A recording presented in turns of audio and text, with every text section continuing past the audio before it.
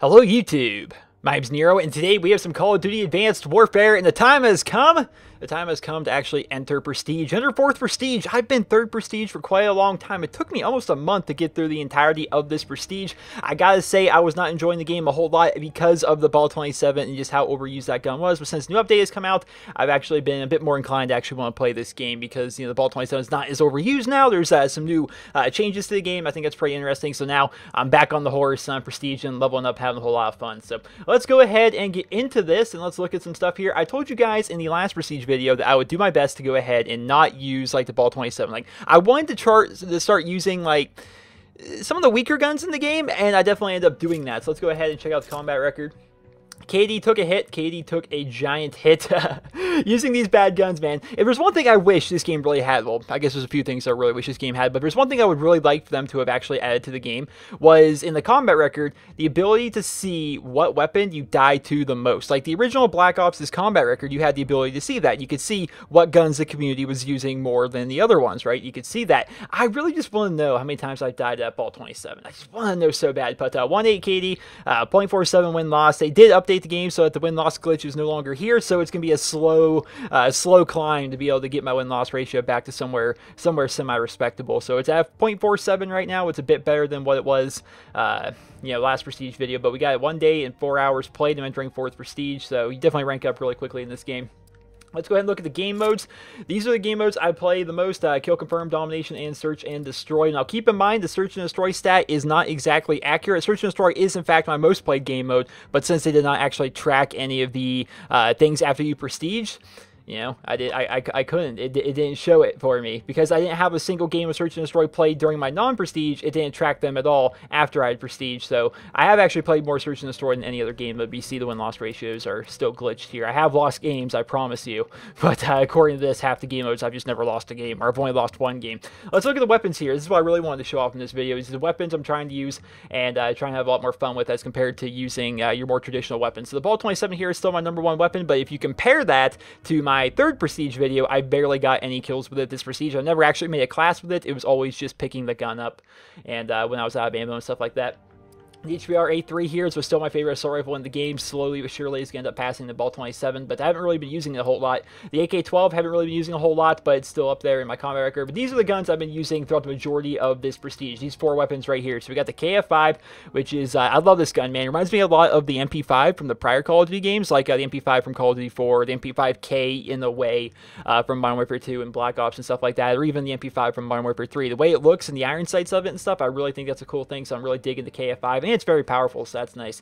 The EM1 here, I'm having a lot of fun with. It's I don't usually do very good with hits, even with the really cool variation I got of it. It just has a really slow time to kill, but it is a whole lot of fun to play with. I basically use it as a hip fire only laser, and it's fun. It's a fun gun to play with, and that's why I've been using it quite a lot here, and that's why it's making its way further up my combat record here. It's actually #5 as I look at it, so I'm actually using up a gun quite a lot. The ASM1. Man, I got the speakeasy variant of this gun. Where has that thing been all my life? It is freaking amazing, you guys. Oh, if you don't have the speakeasy, I feel bad for it because the ASM1 speakeasy, especially after the new update, which gave this gun a little bit more range, is so ridiculously good. I'm having a lot of fun with that. I got a crazy gameplay I'm gonna be showing off here sometime, probably this week or so. I ended up going on like a 30+ kill streak. I didn't end up getting the DNA bomb. I'm not entirely positive how close I was to DNA bomb, but I ended up getting shut down off of that. But crazy gameplay. I got like no shit, like 10 bombing runs in one game. It was nuts. And that was my first game using the speakeasy. I'm having a lot of fun with this gun after getting that variant. The MP11 here is another gun that I think is pretty fun. It reminds me a lot of the Modern Warfare 2 mini Uzi, but you look at the stats on it, like a 135 KD with it. It's not a good gun by any means, but it's just fun to play around with. IMR, the AE4, which just actually ended up coming out today. I'm going to be doing a video about this later on today, talking about the AE4 and my opinions of it, and I'll give you a preview.